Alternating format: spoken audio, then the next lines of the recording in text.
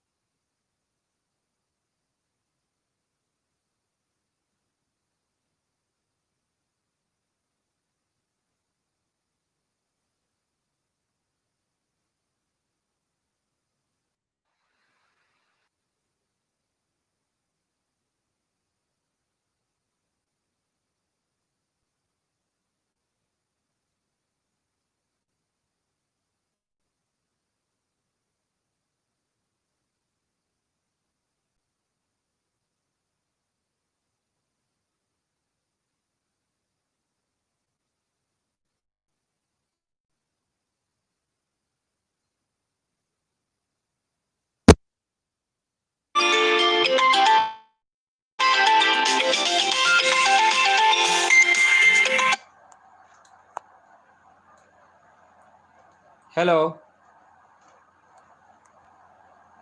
Hello hello.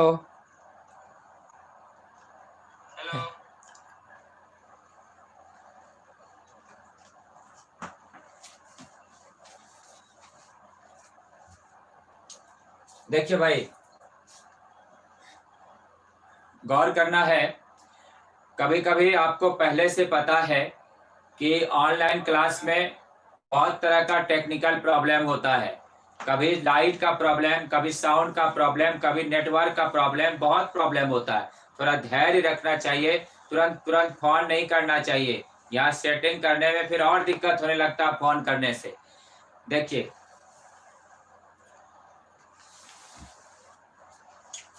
Question number है 29।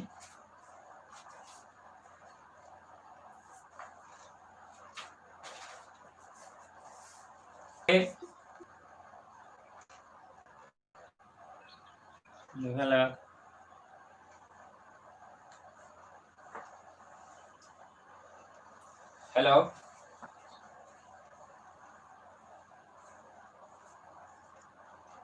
Hello.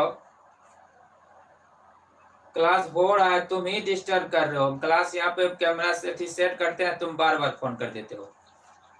ठीक, पूछते नहीं होता, नहीं साइंस लिया है। ठीक।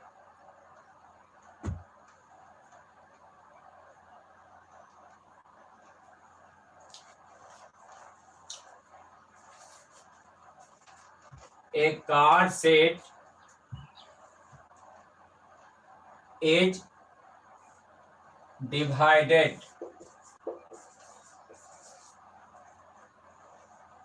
into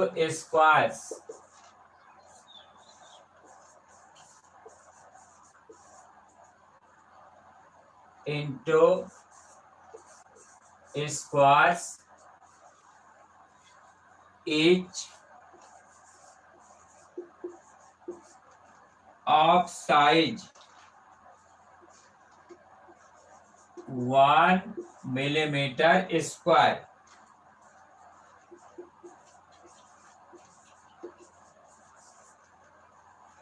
is being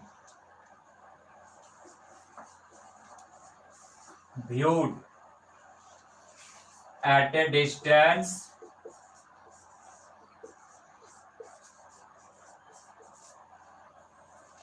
at a distance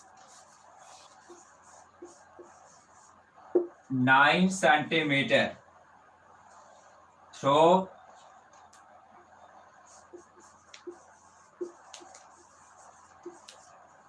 a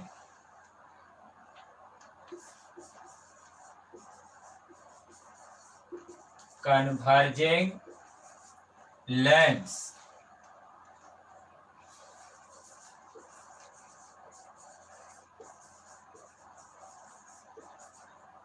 of focal length 10 centimeter held close to eye. A number. What is the magnification?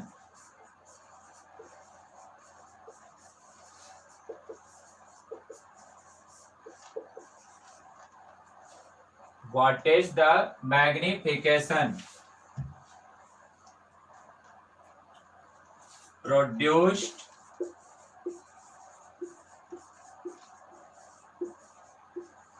by lens?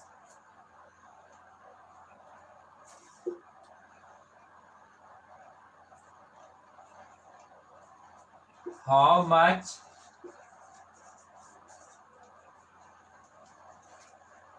is the area of each square?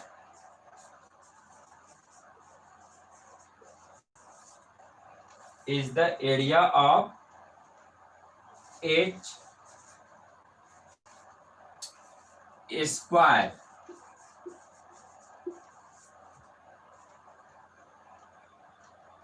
in the vertical object?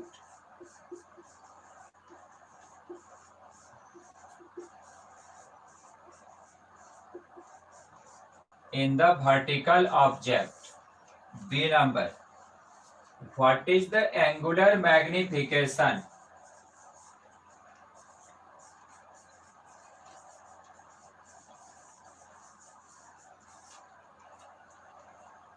What is the angular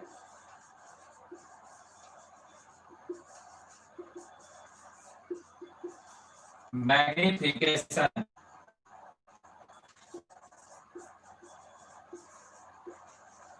of the lens?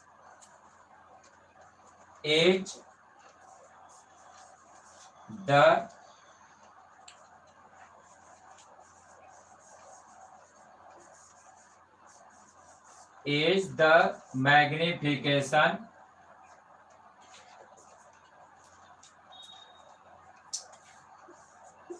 in A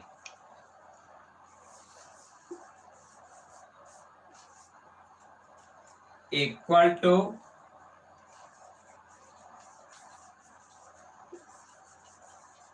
magnifying power in B?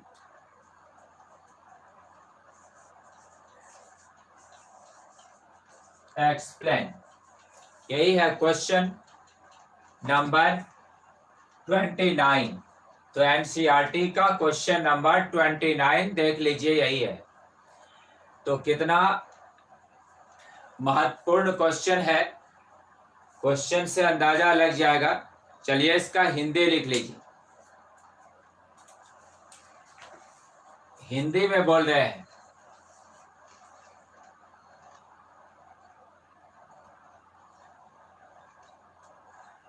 कोई card sheet जिसे 1 millimetre square size के वर्गों में विभाजित किया गया है को 9 सेंटीमीटर दूरी पर रखकर किसी आवर्धक लेंस 9 सेंटीमीटर की दूरी पर रखकर किसी आवर्धक लेंस जिसका फोकस दूरी 10 सेंटीमीटर है द्वारा नेत्र के निकट रखकर देखा जाता है।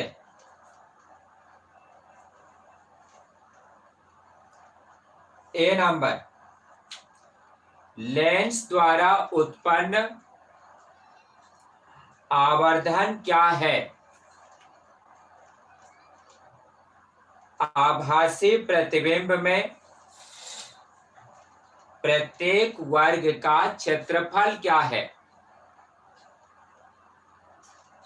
बी नंबर, लेंस का कोणीय आवर्धन क्या है?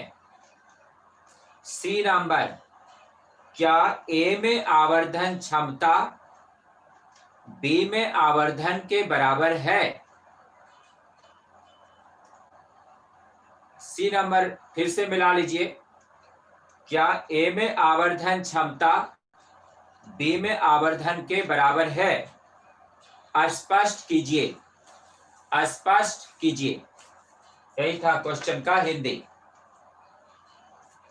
अब देखिए, गौर कीजिए। एक कार्ड है, sheet is divided into squares of each size 1 millimetre square,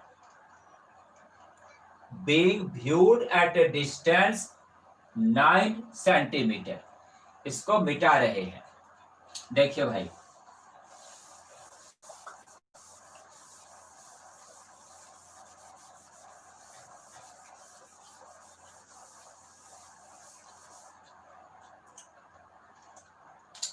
ये एक कार्ड है और ये स्क्वायर के रूप में है। इसका जो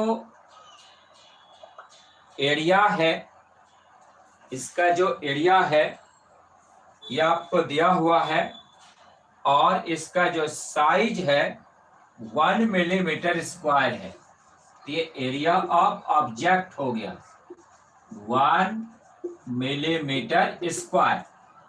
आगे लिखता है कि इसका जो ऑब्जेक्ट का डिस्टेंस है ये 9 सेंटीमीटर है।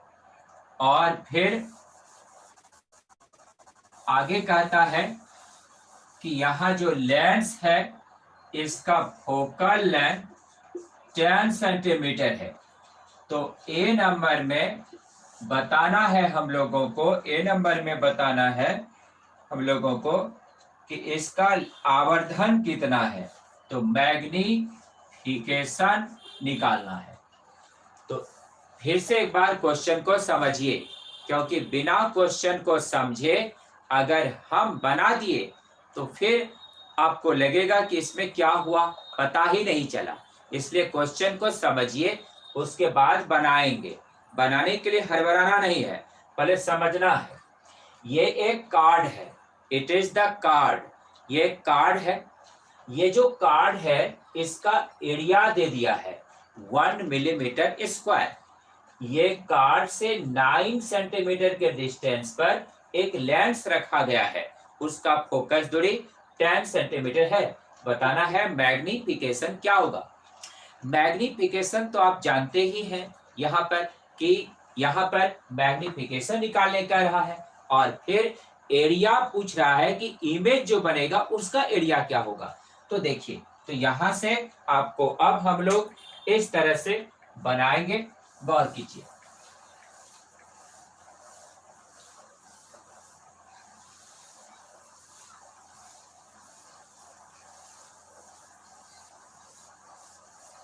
देखिए भाई, गौर कीजिए।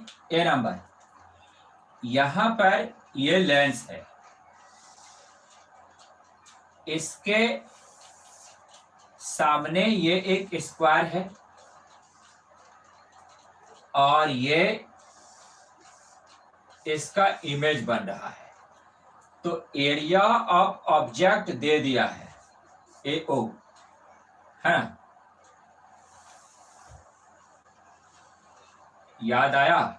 Aerial magnification, area of image हम लोगों को निकालना है, एरिया ऑफ ऑब्जेक्ट दे दिया है। अब ध्यान दीजिए, ध्यान दीजिए, फिगर को समझिए। यहाँ पर ये लेंस है, इसका फोकल लेंथ कितना है 10 सेंटीमीटर। ये ऑब्जेक्ट है कार्ड के रूप में, और इसका एरिया कितना है 1 मिलीमीटर स्क्वायर। ये जो इमेज बन रहा है इसका एरिया कितना होगा ये भी निकालना है। तो यहाँ पर हम लोगों को AI = 1। तो इस ए नंबर में दो चीज निकालना है, मैग्नीफिकेशन एंड एरिया निकालना है। तो दो चीज निकालना है। तो देखिए, पहले मैग्नीफिकेशन निकालते हैं। चलते हैं by lens formula. Lens formula है 1/v - 1/u equal to 1/f, 1/v minus 1/u equal to 1/f। अब गौर करना है, 1/v माइनस 1/u, u कितना है 9 है ना, तो u यहाँ पर क्या है 9 है। इस जगह हम आपको केवल इसका पोजीशन दिखा रहे हैं, इसका इमेज तो अलग साइड में बनेगा, क्योंकि यहां से अगर हम लोग देखें इस तरफ से, आपको एक बार फिगर और समझाते हैं इस तरफ से, ध्यान दीजिए। पहले यहां पर लिख लेते हैं एरिया ऑफ इमेज निकालना है। देखिए ये एक कन्वेक्स लेंस है और इस कन्वेक्स लेंस के सामने यहां पर एक कार्ड है, कार्ड, और ये कार्ड इसका एरिया हम लोगों को दिया हुआ है। अब ये एक ऑब्जेक्ट का काम कर रहा है, यहां से इस तरह से चला और ये इसका इमेज बना, इस तरह इमेज बना, तो यहां पर ये हो गया ए आई। तो हम लोगों को ए ओ दिया हुआ है और ए आई निकालना है। तो पहले मैग्निफिकेशन, तो 1/v minus 1/u equal to 1/10। ये ऑब्जेक्ट बाई ओर है, ये फिगर आपका साइन कन्वेंशन रूल के अनुसार से बना दिए हैं। पहले जो था वो डायरेक्ट था, अब जो है इसका सिस्टमैटिक साइंटिफिक फिगर इसका बना दिए हैं। यहाँ पर इधर हो गया, तो इतना सा ये डिस्टेंस हम लोगों को क्वेश्चन में दिया हुआ है और फोकल लेंथ भी दिया हुआ है, पुट कर दिए कि माइनस होगा, उस तरफ ले जा रहे हैं। तो 1/v equal to 1/10 minus 1/9, 1/v equal to कितना हो गया 90, यह हो गया 9 minus 10, 1/v equal to minus 1/90, तो v इक्वल टू कितना आ गया 90 सेंटीमीटर। तो इसका जो इमेज का डिस्टेंस होगा वो अब कितना होगा 90 सेंटीमीटर। इसका मैग्निफिकेशन निकाल लेते हैं, तो मैग्निफिकेशन इक्वल टू क्या होता है v/u, है ना। मैग्निफिकेशन इक्वल टू कितना होता है v/u। अब यहां से देख सकते हैं कि v का मान हो गया -90 और u का मान हो गया -9, तो इसका मान मैग्निफिकेशन का मान कितना आ गया 10। ऐसा स्थिति कब हो सकता है जब ऑब्जेक्ट पोल और फोकस के बीच हो। तो ऑब्जेक्ट अगर पोल और फोकस के बीच होगा, ये इमेज इधर ना बन के किधर बनेगा बाई ओर बनेगा, इसका इमेज इस तरफ ना बन के राइट साइड ना बन के किधर बनेगा बाई ओर, इसलिए यहाँ पे साइन क्या होगा माइनस। वो फिगर भी हम लोग अभी पीछे बनाए थे। अब गौर कीजिए, इसका एरिया निकाल लेते हैं। Now area of image, area of image का कितना हो जाएगा ए आई इक्वल टू, ये हो जाएगा लंबाई गुना चौड़ाई, तो लंबाई भी 10 गुना बढ़ जाएगा और चौड़ाई भी 10 गुना बढ़ जाएगा, लेकिन है तो स्क्वायर, तो यहां पर हो जाएगा इस जगह m इंटू लेंथ और फिर इंटू m इंटू ब्रेथ, तो ये हो जाएगा 10 इंटू 1 मिलीमीटर, क्योंकि इसका कितना दिया हुआ है 1 मिलीमीटर स्क्वायर, और यहां पर यह हो जाएगा इंटू 10 इंटू 1 मिलीमीटर स्क्वायर। तो यहां पर ये 1 मिलीमीटर स्क्वायर है, इसका मतलब है कि ये भी 1 मिलीमीटर है और ये भी 1 मिलीमीटर है, तो दोनों तरफ 1 मिलीमीटर है। तो L का मान हो गया 1 मिलीमीटर और ब्रेड्थ का मान हो गया 1 मिलीमीटर, तो L भी हो गया 1 और B भी हो गया 1, तो एरिया यहाँ पर कितना हो जाएगा 100 मिलीमीटर स्क्वायर या 1 सेंटीमीटर स्क्वायर। 100 मिलीमीटर स्क्वायर भी आप याद रख सकते हैं, इसका मान नोट कीजिए। यही था ए नंबर का सॉल्यूशन, नोट कीजिए।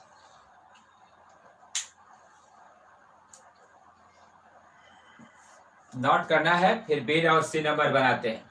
जरा पानी पीते हैं।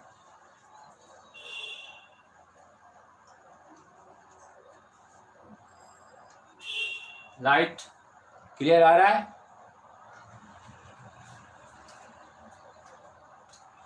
पानी पी रहे हैं, जरा सॉल्व कीजिए।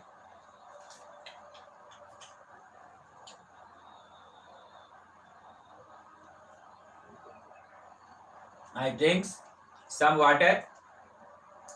Please write down.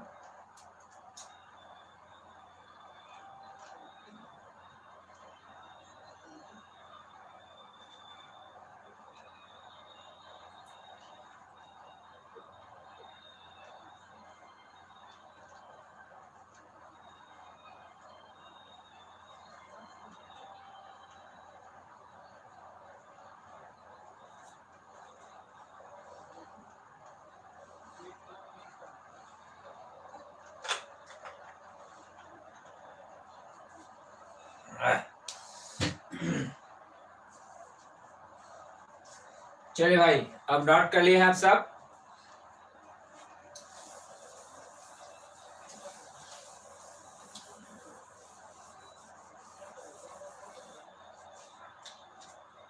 देखिए बी नंबर, बी नंबर में पूछा गया है what is the angular magnification. Angular magnification is the magnifying power. Theory के क्लास में बताए थे, angular magnification is the magnifying power. तो यहाँ पर ये मैग्नीफाइंग पावर ही है, इक्वल टू हो जाएगा D by you. D by you, यहाँ पे डी का मान कितना है 25, यू का मान कितना है 9, कितना होगा 25/9 कितना होगा 2, कितना बचा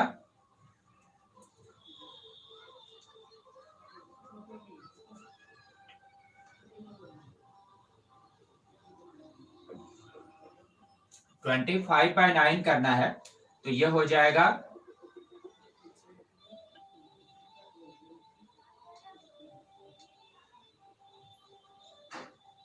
7, तो 2.7 आया। तो यहाँ पे 2.7 आ गया और यहाँ पे m का मान कितना है 10 है। तो क्या ये दोनों इक्वल हुआ? इक्वल नहीं हुआ। तो सी नंबर में पूछता था कि मैग्निफिकेशन एंगुलर मैग्निफिकेशन के इक्वल है, तो जवाब क्या होगा नो। तो इसमें सी नंबर जवाब होगा नो।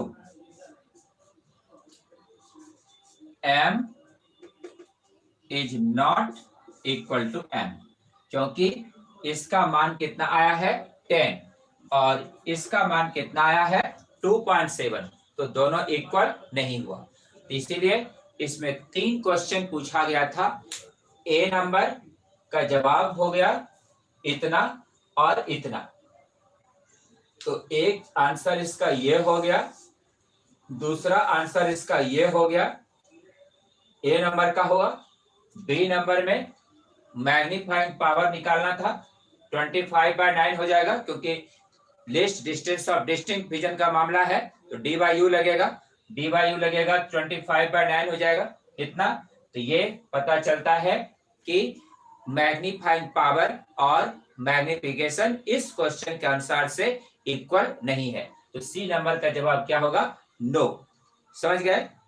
नोट कीजिए।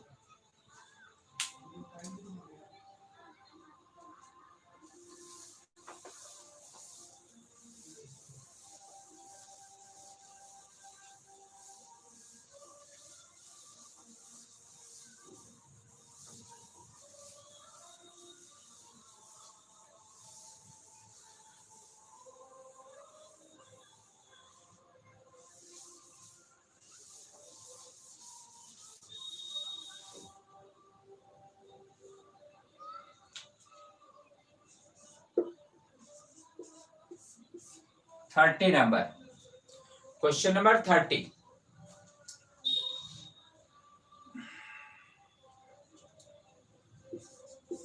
ए number, at what distance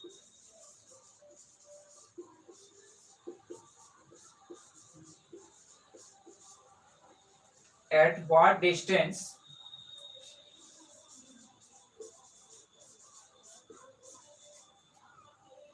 should the lens be held from the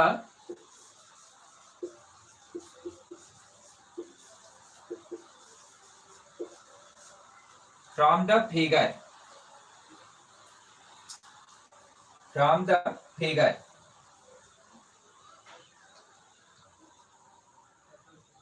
in the above exercise.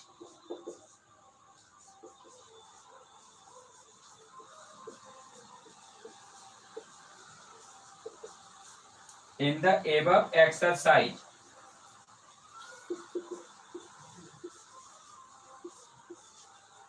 in order to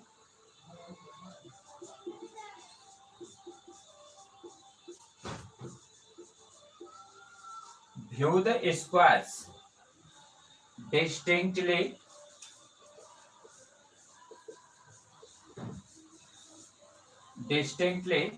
with maximum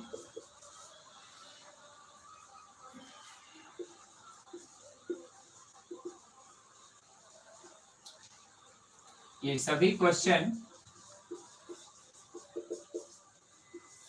रे ऑप्टिक्स का है।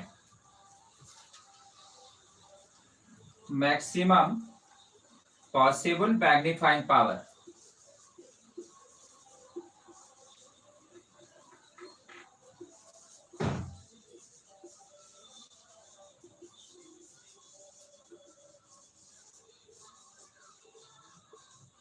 मैग्नीफाइंग पावर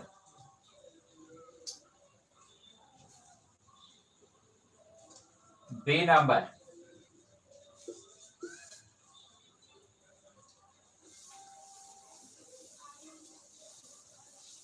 क्वेश्चन ये सब बहुत लॉन्ग है। बी नंबर में है व्हाट इज द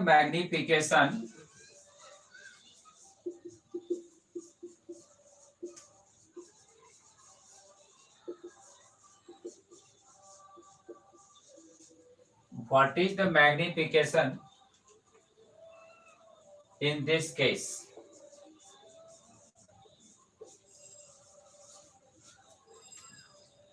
और सी नंबर में है is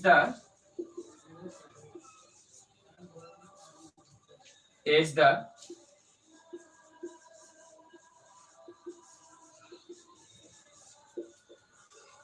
magnification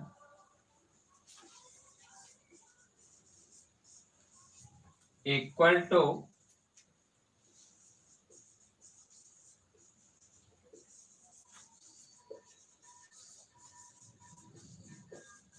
मैग्नीफाइंग पावर। यही क्वेश्चन है नंबर 30।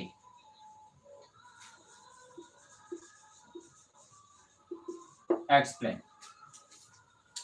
यही है आपका क्वेश्चन नंबर 30।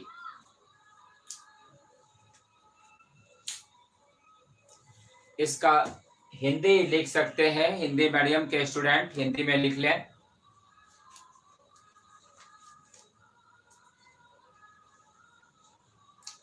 अभ्यास 9.29 मतलब ये क्वेश्चन जो है 29 नंबर क्वेश्चन से ही संबंधित है। अभ्यास 9.29 में लेंस को चित्र से कितनी दूर रखा जाए ताकि वर्गों को अधिकतम संभव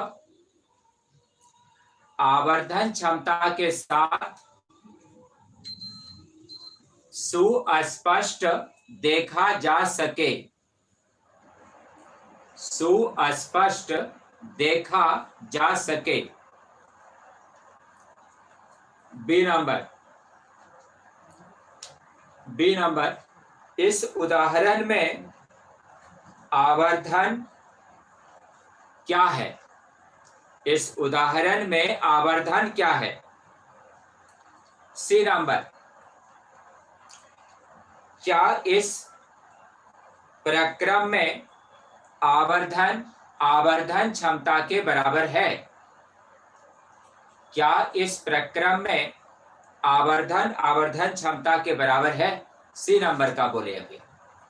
तो देखिए, तो ये हो गया इसका हिंदी। अब इसको सॉल्व करना है। A number, at what distance should the lens be held from the figure in the above exercise? तो देखिए, अब हम लोग इसको सॉल्व करते हैं। ए number, in order to view the square distinctly with maximum possible magnifying power, तो यहाँ पर फोकल लेंथ का मान कितना दिया हुआ है? 10 सेंटीमीटर। इमेज अब कहाँ पर बन जाएगा? 25 पर। तो बताना है ऑब्जेक्ट कहाँ पर रखा जाएगा। तो ऑब्जेक्ट का डिस्टेंस अब हम लोगों को इसमें निकालना है। यही है what should be the lens be held from the figure.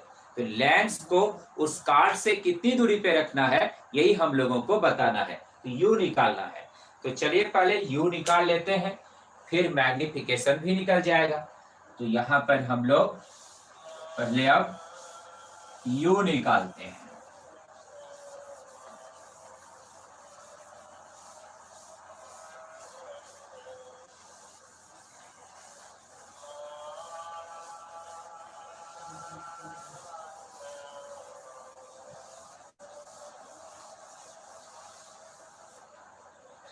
देखिए भाई, ये मान हम लोगों को पता है। ए नंबर में from lens formula 1/v minus 1/u equal to 1/f। 1/v का मान कितना है?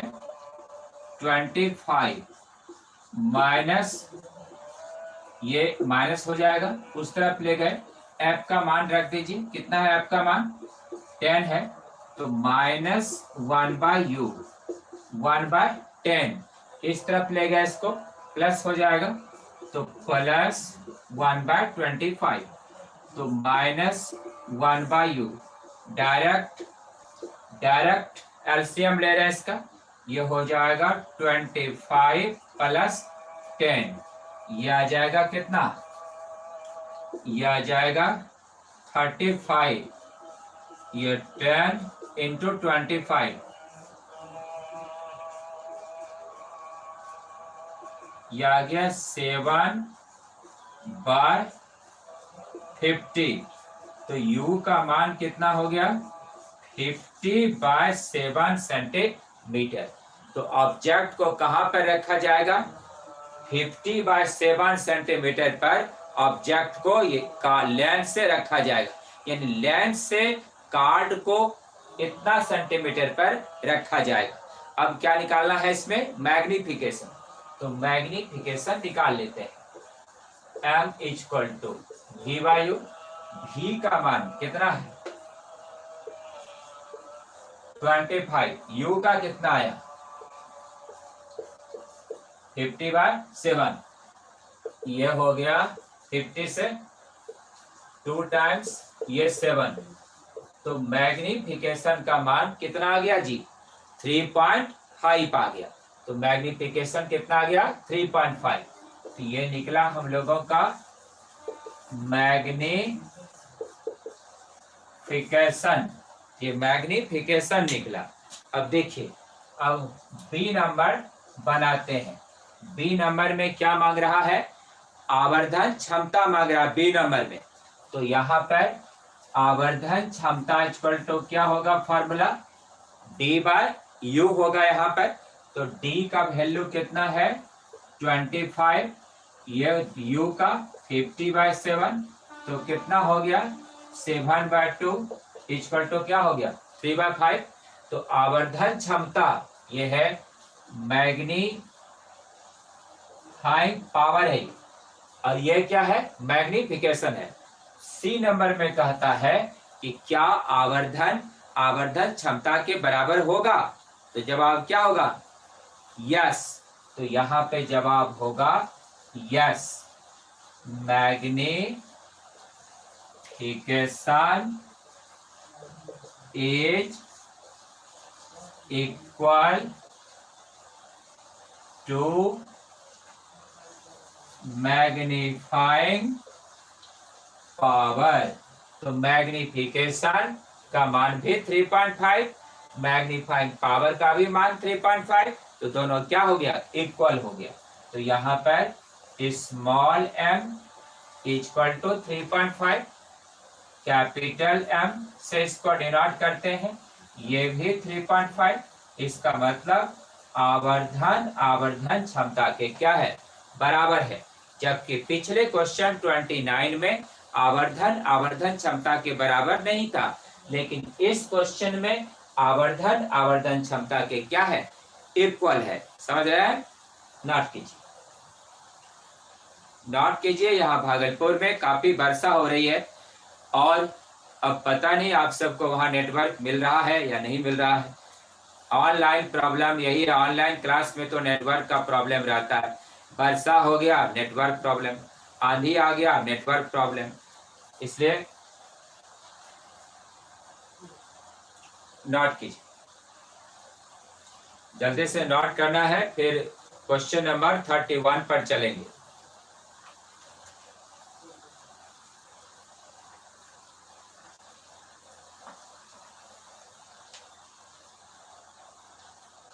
यहां तक सब दिख रहा है ना?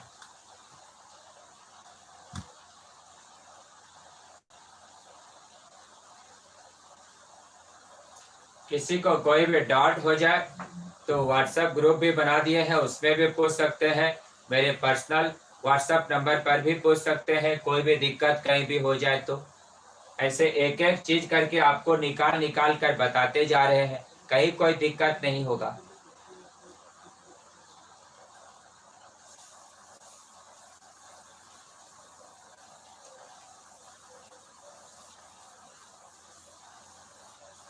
मिटा रहे सब।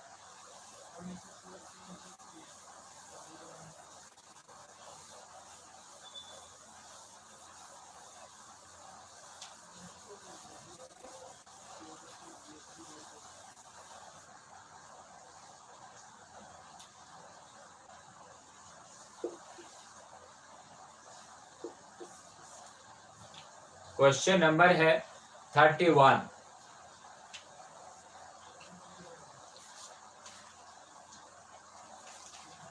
Question number 31,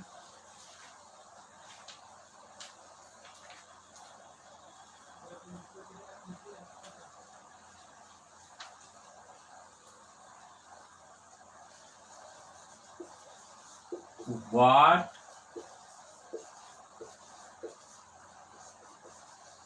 should be the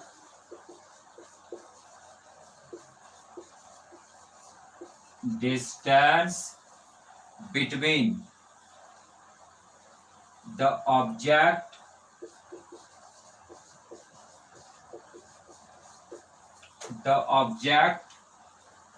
in the previous exercise?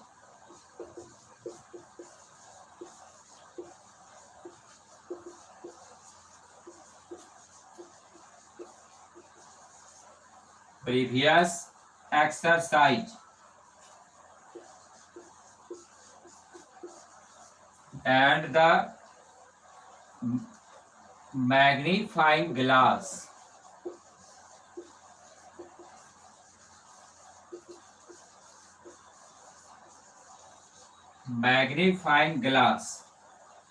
if the virtual image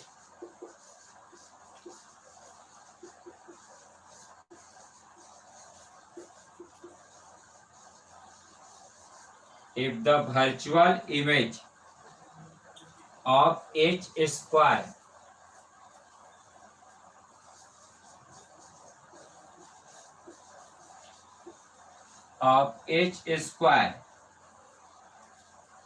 in the figure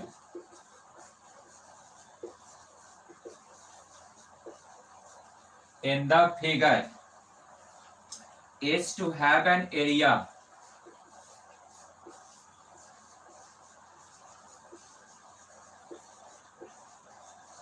is to have an area 6.25 millimeter square. Would you be able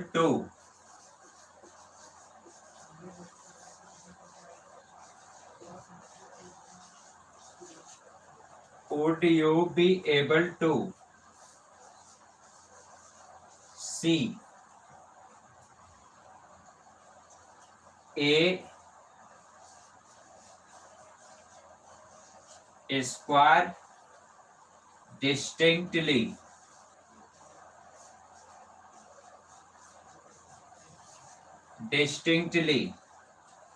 with your eye?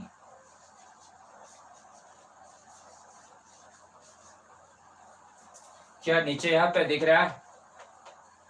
With your eye very close to the magnifier.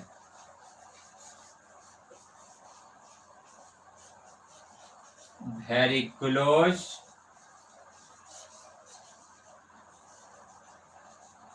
to the magnifier. ये आपका NCERT का question number 31 है। आप देख सकते हैं कि NCERT का सभी क्वेश्चन एक एक क्वेश्चन कितना अलग अलग और कितना इंपॉर्टेंट है। इसमें से हर एक क्वेश्चन में आपको कुछ न कुछ सीखने के लिए मिलता है। तभी तो देश भर के स्टूडेंट इस किताब को पढ़ते हैं और एक एक क्वेश्चन को सॉल्व करते हैं। आप सभी को एक एक क्वेश्चन को सॉल्व करना चाहिए। मैंने भी आपको हर एक क्वेश्चन को एक एक क्वेश्चन बताते जा रहे हैं, एक भी क्वेश्चन छोड़े नहीं है, सब क्वेश्चन बताते जा रहे हैं। तो देखिए यहाँ पर अब गौर करना है इसका हिंदी क्या होगा।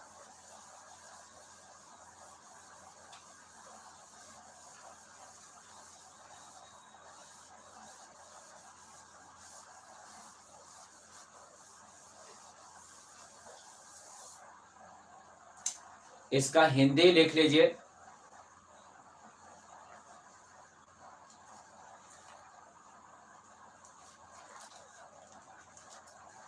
अभ्यास 9.30 अभ्यास 9.30 में वस्तु तथा आवर्धक लेंस के बीच की दूरी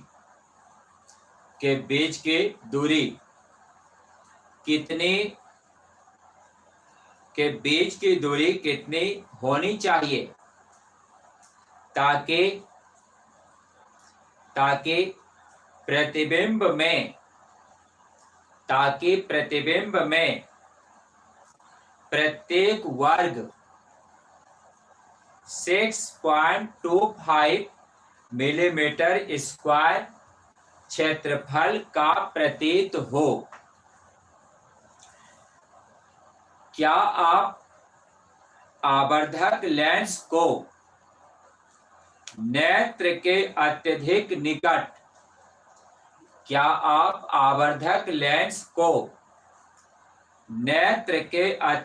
निकट रखकर इन वर्गों को सुस्पष्ट देख सकेंगे? एक बार फिर से इसका हिंदी मिला लीजिए। अभ्यास 9.30 में वस्तु तथा आवर्धक लेंस के बीच कितनी दूरी होनी चाहिए ताकि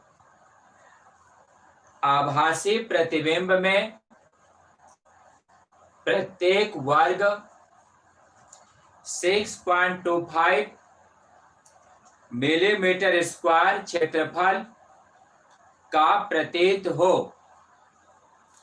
क्या आप आवर्धक लेंस को नेत्र के अत्यधिक निकट रखकर इन वर्गों को सुस्पष्ट देख सकेंगे? तो 2 दिन से होमवर्क नहीं दिए थे, आज ये होमवर्क दे रहे हैं। इसको बना बना कर सबको भेजना है ईमानदारी से, इधर उधर देख के नहीं, ईमानदारी से इसको बनाकर भेजना है, होमवर्क है।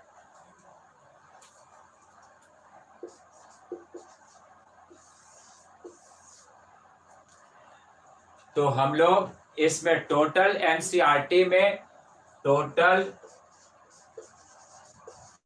क्वेश्चन जो है 37 है टोटल क्वेश्चन, और इसमें 30 क्वेश्चन सॉल्व हो गया है।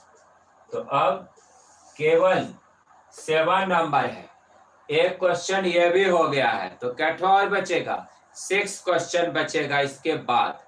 तो जल्दी ही हो जाएगा, और पूरा क्वेश्चन जब सोच लिया है बताने का तो सब बता ही देंगे। इसलिए आप इस क्वेश्चन को बनाकर अगले क्लास में भेजिए, फिर आगे और बताएंगे। और जो जो स्टूडेंट अभी चैनल को सब्सक्राइब अभी तक नहीं किए हैं, प्लीज चैनल को सब्सक्राइब कीजिए। चैनल को सब्सक्राइब करना चाहिए और इससे ध्यान देना चाहिए, इसलिए कोई इसमें गड़बड़ बात नहीं है। चैनल को सब्सक्राइब कीजिए, और जितना से जितना ज़्यादा से ज़्यादा आपका कोई और भी कंसर्निंग है तो उससे भी चैनल को सब्सक्राइब करवाइए। इससे आपको भी फायदा होगा, हमको नहीं, आपको भी फायदा होगा, इसलिए चैनल को सब्सक्राइब करवाइए। थैंक यू, बहुत बहुत धन्यवाद। मिलते हैं फिर अगले दिन। Thank you.